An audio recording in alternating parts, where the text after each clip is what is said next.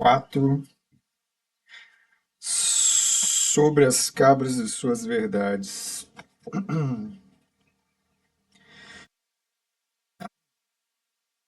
Era um pedaço de terra onde se criavam cabras e ovelhas. Ovelhas simpáticas eram criadas especialmente para a produção de lã. Havia também um pequeno espaço dedicado à produção de trigo. No entanto, a maior parte da força produtiva era voltada para as simpáticas e carismáticas ovelhas. Esses pequenos e frágeis animais sempre exigiam muito cuidado, cuidados que milhares de pessoas ali sequer pensavam em receber um dia. Um simples manto servil, conduzido por um camponês careca de baixa estatura que ostentava um tapa-olho e cuja saúde já parecia ter encontrado dias melhores. Se bem que não dava para saber ao certo, uma vez que as pessoas do campo têm uma resistência maior do que aparentam. Talvez fosse mais forte do que o lanceiro pudesse imaginar. O camponês tossia uma vez ou outra, fato que causava um certo incômodo tanto no mago como no lanceiro. Em suas mãos, secreções nojentas se acumulavam, que depois de uma fiscalização apurada pelo seu único olho funcional, eram limpas na vasta barba amarelada. Soma-se a isso todas as cicatrizes que marcavam o trabalho pesado de um feudo. Era um pequeno homem talhado por uma grande e exaustiva jornada de trabalho sem descanso. O manso era rústico, e assim como seu tutor, também parecia ter tido seus dias melhores. De uns tempos para cá, a praga se espalhou para as terras do feudo, pelas terras do feudo, deixando um rastro de fedor e de morte. Praga era como as mentes da época chamavam a doença que se espalhava lentamente pela região trazida pelos ventos do sul. Algo intangível, talvez uma magia, talvez uma maldição de caráter divino, talvez fosse apenas algo que aquelas pequenas mentes humanas ainda não fossem capazes de definir.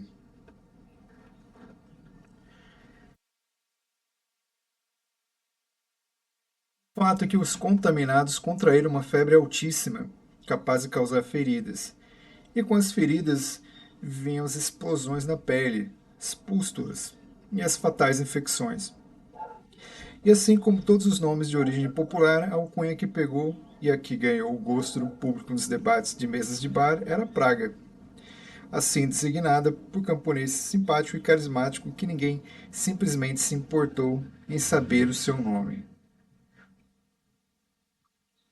E claro, existiam aqueles que negavam a existência da praga, mas, em se tratando de um período arcaico e mergulhado em dogmas religiosos, tal fato era completamente compreensível. Seja o que quer que tenha sido, a doença já tinha passado do seu auge, deixando para trás uma grande quantidade de mortos, inválidos e uma quantidade ainda maior de sequelados. A chuva caía fina, refrescando o final da tarde. Ernesto esfregava as mãos contra o corpo enquanto tentava estabelecer qualquer coisa parecida com o diálogo. Cláudio, que estava em um canto próximo à cerca, examinava atentamente um pedaço de estrume. Cutucava com um galho velho, quase que com uma curiosidade felina. Se não fosse a chuva causar uma certa dificuldade no campo da visão, Ernesto era capaz de jurar que vira Cláudio levar algo em direção à boca. Talvez um pedaço de estrume. Tomara que não. Desnecessário, pensou. Mas, em se tratando de feiticeiros e suas manias estranhas, era bem provável. Torceu para que tudo não passasse de uma ilusão de ótica. Jamais saberia a verdade, mas se sentiu confortável em criar a sua própria. Afastou o pensamento da cabeça. Tinha coisas mais importantes para pensar naquele momento. O senhor mora sozinho nesse local? Indagou, retornando sua atenção ao camponês. Minha esposa morreu de praga, resmungou o servo com a cabeça baixa enquanto cutucava fundo algo suspeito dentro do nariz. E seu primogênito? Desapareceu. Meus sentimentos. Não sinta. Fugiu uma noite, disse o servo que logo sentiu receio de ter falado demais, mesmo para o seu próprio jeitão calado de ser. Brincou, entrelaçando os próprios dedos. Ernesto lembrou que os camponeses e seus filhos, por nascimento, eram obrigados a permanecer em seus pedaços de terra até o fim da vida. Eram tempos onde não havia liberdade. Se bem que hoje também é um tanto difícil estabelecer o que é liberdade. Mas esse questionamento pode ficar mais para diante. Liberdade nessa época era um conceito um tanto mais fácil de explicar. Ser livre significava o poder de sair de seu pedaço de terra no qual nascera. Liberdade era poder comer carne, conhecer novas terras, pessoas, casar por amor. No entanto, a maior parcela da população vivia à margem desse conceito. Liberdade era um privilégio, era um produto consumido por poucos. A liberdade era algo que existia somente entre a nobreza. A sociedade era dividida em estamentos, sem mobilidade social. A nobreza tinha todas as condições do mundo, enquanto os filhos e servos não seriam nada mais do que servos. E isso significava não ter espaço para fazer quase nada além do trabalho exaustivo no campo até a morte. Era um mundo rústico e cruel. Liberdade hoje é simplesmente um conceito que nem os mais ilustres filósofos conseguiram definir, ou definiram de diversas maneiras, maneiras demais. O que torna ainda mais complicado é o fato de que algumas pessoas mal intencionadas confundirem esse conceito todos os dias. O servo alisou sua cabeça cebosa com as duas mãos, mal disfarçando o nervosismo. Segurava uma dor inexplicável, uma dor que veio de dentro e parecia contorcer suas entranhas. Lembranças, assim como as palavras, machucam mais do que pontas de lança. Pedro não tinha vivência suficiente para entender o porquê da fuga do filho do camponês ser algo que tocasse tanto. Nunca enxergou a vida pela perspectiva de um trabalhador. Nunca entendeu que aquelas pessoas ali presas à terra, na verdade, estavam infelizes com suas condições de nascimento. Pedro tinha dificuldade de entender que nem todos tinham motivos para agradecer a tudo assim que acordavam todas as manhãs. Às vezes, acordar já era o suficiente. Viviam entre o punho de ferro do senhor feudal e sua justiça, e uma culpa que sempre os lembrava da existência de um infinito nada. Um mecanismo cruel e engenhoso, criado para levar os mais humildes à submissão total. E assim girava a roda do sistema. Ernesto sempre foram privilegiados, nascido de sangue azul, no topo daquela sociedade. Isso lhe dava uma visão restrita, rasa sobre todos os assuntos. Tinha empatia, se sentia mal em testemunhar a miséria, mas isso não era o suficiente para entender e interpretar o contexto político e social da época. Era um ignorante, era um alienado. Entendia que havia algo de errado em toda aquela situação. Um sentimento de injustiça ardia em seu interior. Algo difícil de definir ou explicar. Ainda não sabia pontuar muito bem o que havia de errado. Não era capaz de entender que a miséria daquela população era o que sustentava o luxo da classe dominante. Aprendera desde cedo que tudo que tinha vinha de seu próprio mérito, por isso não deveria sentir culpa pelos demais. Mas, assim como todos os grandes atos revolucionários, a paixão é despertada pelo primeiro sentimento de injustiça. Uma semente fora plantada no coração de Ernesto. A água da chuva, que apertava um pouco mais a cada momento, batendo contra a pele, o fez sentir pena por aquele pequeno servo. Talvez pena não seja a palavra ideal. Era algo que não era capaz de definir naquele momento. O lanceiro apenas acenou positivamente com a cabeça. E quando seu filho desapareceu? Assim que começaram as chupadas, resmungou mais uma vez, encarando o chão. O lanceiro olhou em direção ao feiticeiro em busca de um olhar de cumplicidade. Em vão. Cláudio agora fazia anotações em um caderninho com capa de couro, cada vez mais curioso. O senhor está me dizendo que os animais do manso foram chupados pela coisa? Perguntou Ernesto. Com o cair da noite, o servo parecia um tanto mais preocupado. Olhava para o céu enegrecido. Preocupado. Sentia como se algo estivesse à espreita, vigiando em meio às trevas. Entrem, a chuva está forte. Vamos comer e beber algo. Vamos entrar. O frio vai começar a ficar insuportável, anunciou a voz rouca do feiticeiro, pegando os dois de surpresa. E não se esqueçam de trazer o corpo daquela cabra para dentro. O casebre pelo lado de dentro era exatamente o que se poderia imaginar de um casebre medieval visto pelo lado de fora. Era sujo, úmido, apertado, cheirava a mofo e fezes de animais.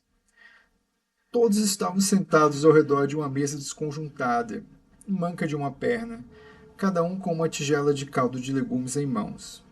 A cada gesto mais brusco, a tigela pendia com a mesa, derrubando um pouco de caldo de legumes quente no colo. Legumes. Os camponeses não tinham direito de comer carne, eram castigados com legumes e verduras todos os dias desde o nascimento. Ó vida cruel. O camponês encarava o brasão na armadura de Ernesto. É o brasão da minha família e representa o litoral, falou Ernesto, apontando para o brasão no peito. Que peixe é? Perguntou secamente o camponês. É uma tilápia. Tilápia não é peixe de água doce? Tinha que ser baiacu, linguado, anchova. Ernesto mordeu de leve os lábios. Não queria ser mal educado com seu anfitrião. Temos muitos rios em Porto Velho, respondeu Ernesto, tentando imaginar qual de seus familiares teria tido a brilhante ideia de esconder a tilápia, de escolher a tilápia como um símbolo da casa. Por que um peixe de água doce para representar o litoral? Não fazia sentido, mas já tinha virado uma tradição. Poderia ser um camarão, muito mais legal e combina mais com seu bigode, pontuou o camponês. Ernesto coçou a cabeça desconcertado e assinou para mudar o assunto da conversa.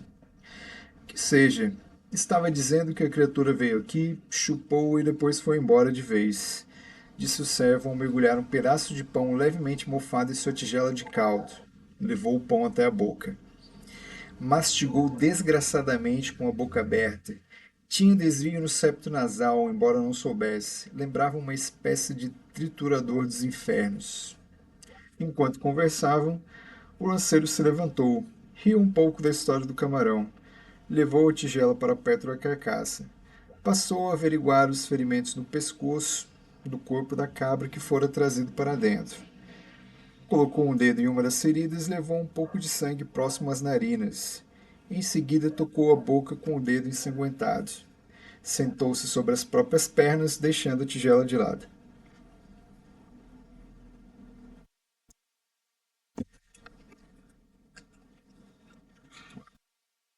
Tirou mais uma vez o pequeno caderno que mais parecia um pequeno grimório com capa de couro arrancado de alguma criatura das trevas ainda viva e começou a fazer suas anotações. Ernesto lembrou de um detalhe importante. Retirou a cerola verde suja de um dos bolsos de sua armadura de couro e colocou na mesa.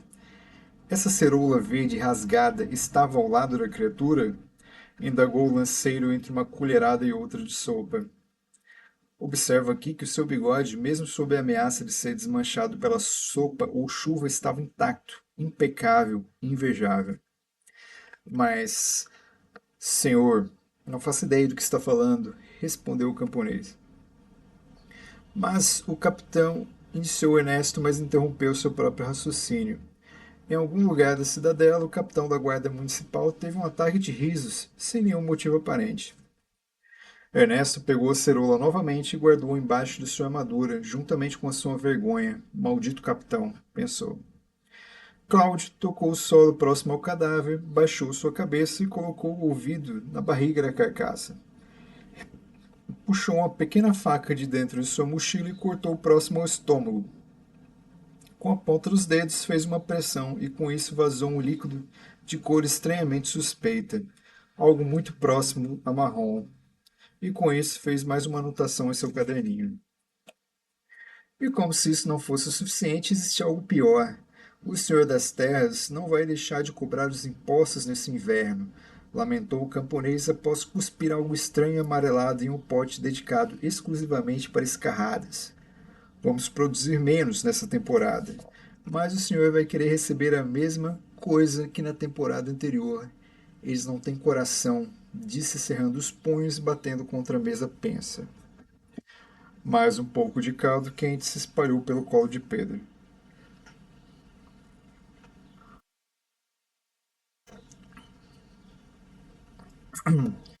Cláudio terminou suas anotações, deu mais dois grandes goles em sua sopa e foi em direção aos homens na mesa com as pernas tortas.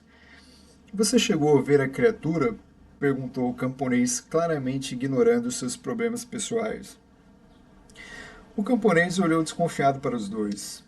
Seu único olho funcional tinha perdido outro em uma briga numa taverna por causa de uma aposta que já nem se lembrava muito bem qual foi, focou no pequeno caderno com capa de couro desconfiado.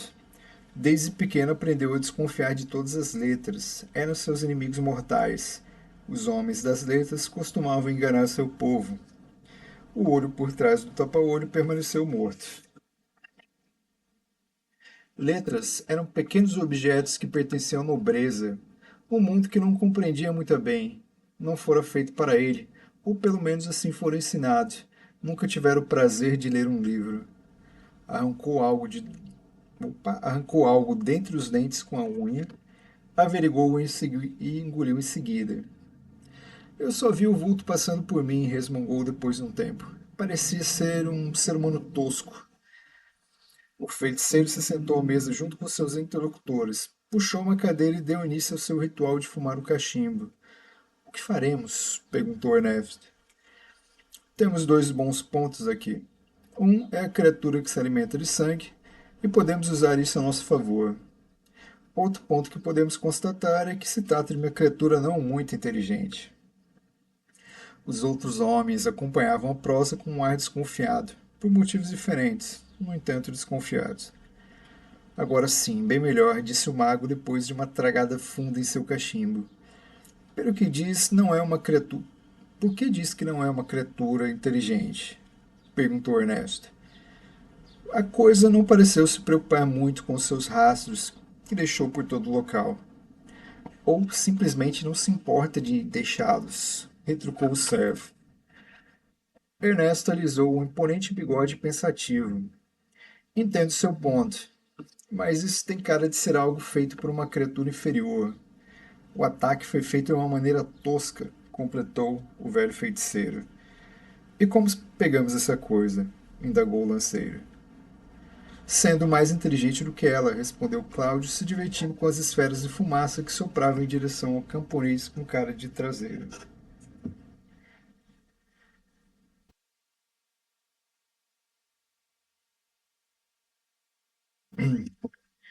Em um arbusto, em meio à chuva fina e à noite fria, Mestre Cláudio, existe uma dúvida que vem me incomodando.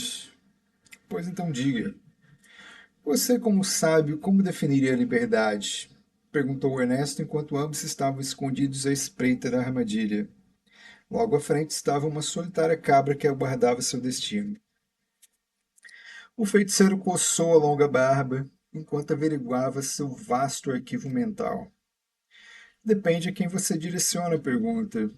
O que você responderia se eu lhe dirigisse a mesma questão? Ernesto lançou um olhar perdido por entre as gotas de chuva. Não esperava uma pergunta com uma resposta. Só os idiotas respondem uma pergunta com outra pergunta. Era o que ouviram em algum lugar. Não saberia o que falar. Talvez amar alguém, viajar pelo mundo, tomar uma boa cerveja, ler um grande romance, sentir os sabores da vida, sim. Liberdade seria experienciar uma pequena fração de tudo que existe, uma pequena grande parte de toda a criação de tudo. Cláudio riu, não um riso de desdém, mas sim aquele riso quando você vê a empolgação de uma criança ao descobrir o funcionamento de algo. Antigamente as pessoas associavam liberdade ao ato de pensar, uma reflexão que o ser humano faz sobre seus próprios desejos. Ser livre era ter o domínio de suas próprias ações. Outros afirmam que livre era aquele que domina os seus pensamentos, sentimentos e a si próprio. O conceito varia de acordo com as pessoas e o tempo em que elas vivem. Logo, não existe uma resposta precisa para a sua pergunta. Sinto muito em decepcioná-lo. Ernesto precisou de um tempo para digerir a informação. Conversas assim demoravam dias para serem digeridas. Não estava acostumado com esse tipo de bate-papo. Ou Cláudio seria realmente muito inteligente, ou seria então um grande enganador. A fronteira costuma ser bem tênue entre esses dois mundos. A dúvida permaneceria por mais tempo. Essas pessoas deveriam ser inteligentíssimas, falou Ernesto. Sim, sem dúvidas, mas era um povo escravocrata, o que distorce o conceito por si só. Ernesto adotou um silêncio contemplativo. Para você, a liberdade é contemplar uma fração, mesmo que ínfima, de tudo que foi criado. Já para o nosso simpático amigo servo de um olho só, a liberdade se resume ao desejo de sair de seu pedaço de terra do qual ele foi condenado pelo nascimento. O filho dessa pobre alma fugiu para lutar contra o destino que lhe foi imposto. Um ato de bravura sem igual. Mas isso não me parece justo. Não me parece correto as pessoas terem seu destino traçado pelo nascimento ou até mesmo por algo maior. De fato não é, disse o feiticeiro que cutucou o lanceiro bem no meio da testa com o indicador. Cláudio jogou a sujeira do cachimbo ao chão e limpou no manto cinza. Quase me esqueci. Tem alguns fanáticos que acreditam que a liberdade é a supressão dos pecados. O que você acha disso? Eu acho que isso é uma grande besteira. O pecado é algo que pertence ao ser humano, que o torna imperfeito, belo. Aquele que não peca é aquele que não vive, ou não sabe viver, ou muitas vezes peca escondido para se colocar na condição de poder julgar aos outros. Existe uma certa beleza na imperfeição? Perguntou Ernesto. A imperfeição é bela por si só. Ambos riram, mas aos poucos o sorriso foi dando espaço a um sentimento de constatação da realidade. Ernesto entendia o quanto era privilegiado e o custo que tudo isso envolvia. Esse era um conceito que ele entenderia melhor mais para frente, talvez tarde demais. Essa conversa despretensiosa até certo ponto pode não parecer, mas fez toda a diferença ao final da jornada de Pedro Ernesto. Ali, debaixo daquela lona, em meio à chuva, uma linha foi traçada no destino do nosso nobre lanceiro e de todos que cruzaram seu caminho. A conversa filosófica se estendeu, e como toda conversa filosófica levou a mais questionamentos do que soluções. Em um determinado momento até abriram seus cantis para expandir os horizontes, assim como em toda conversa filosófica e política deveria ser. As ideias fluem melhor quando as palavras saem molhadas pelo álcool. O esclarecimento sempre exigiu um certo grau de abstração, e ali também foi estabelecido um vínculo entre o feiticeiro e o lanceiro. E quanto à cabra? Ela continuou ali desempenhando seu papel designado de isca, sem se dar conta da armadilha em que estava inserida, amarrada em uma árvore não muito longe do humilde casebre. Claramente não tinha ideia do que fazia ali. Era apenas um dia bom para ela. Sempre teve uma queda por dias cinzas e chuvosos, e por isso era julgada e mal vista no seu círculo social das cabras. E cabras, às vezes, podiam ser muito más em seus círculos sociais mais íntimos.